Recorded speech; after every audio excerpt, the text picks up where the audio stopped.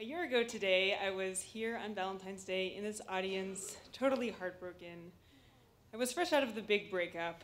You know the breakup where you say to yourself, over and over again, I can't believe I spent X amount of time with this person that I'll never get back. This was doomed from the beginning, total disaster, and quite frankly, I was more relieved than I was sad. And within a few weeks, I had my recovery period and I was back on the market, single and ready to mingle in DC.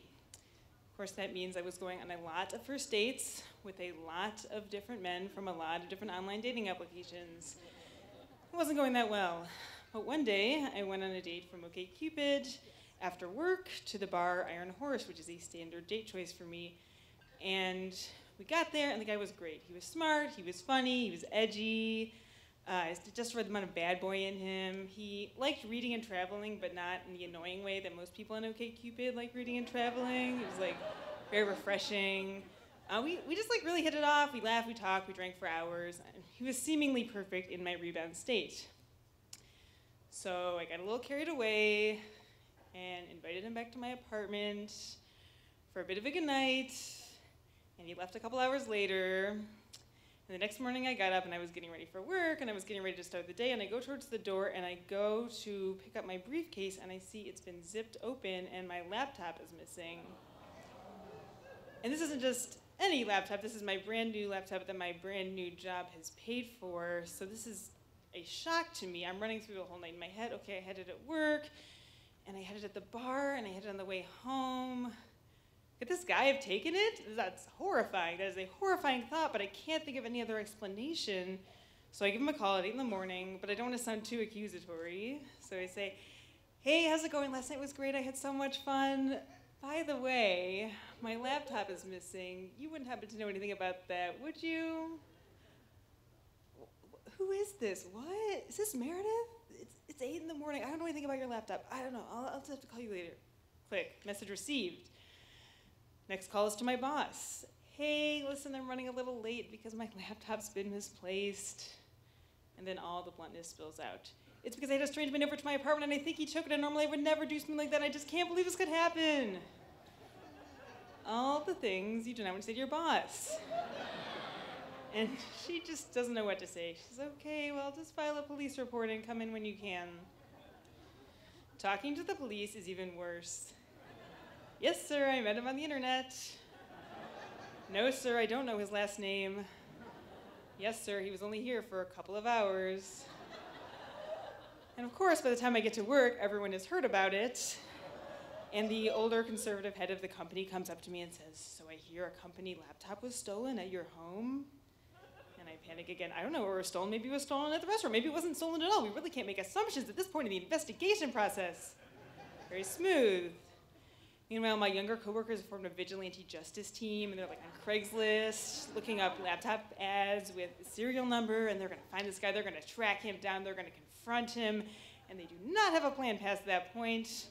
The boss finds out and quickly shuts that down. Through all of this, I'm like very distraught about the whole thing. I feel like I've been really taken advantage of. I'm just very upset. But at the same time, I know I've just gotten out of this big time-wasting relationship, so maybe I'm just having some trust issues.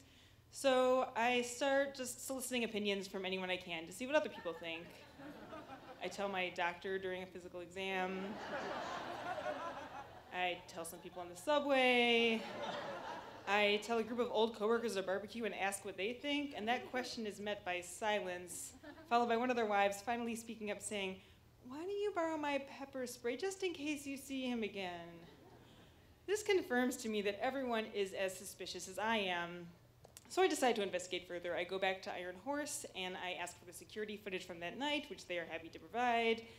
And I get together 5 of my girlfriends and a few bottles of wine, and on a Friday night, we watch the entire 3.5-hour date on double time speed. Now, the video shows a different night from what I remember. I mean, I thought it had been a classy night. But in the video, the drinks keep flowing and I keep getting up and doing things in the name of impressing my date. I get up and take an extended bathroom break to freshen up, leaving my things behind, and all my friends watching the video say, okay, this is it. This is where he's gonna take it. But nothing happens. A few more drinks, I abandon my things to go play with a shuffleboard table and pretend I know how to use that, and all my friends say, oh my God, okay, someone's definitely gonna take it now. This is where it happens.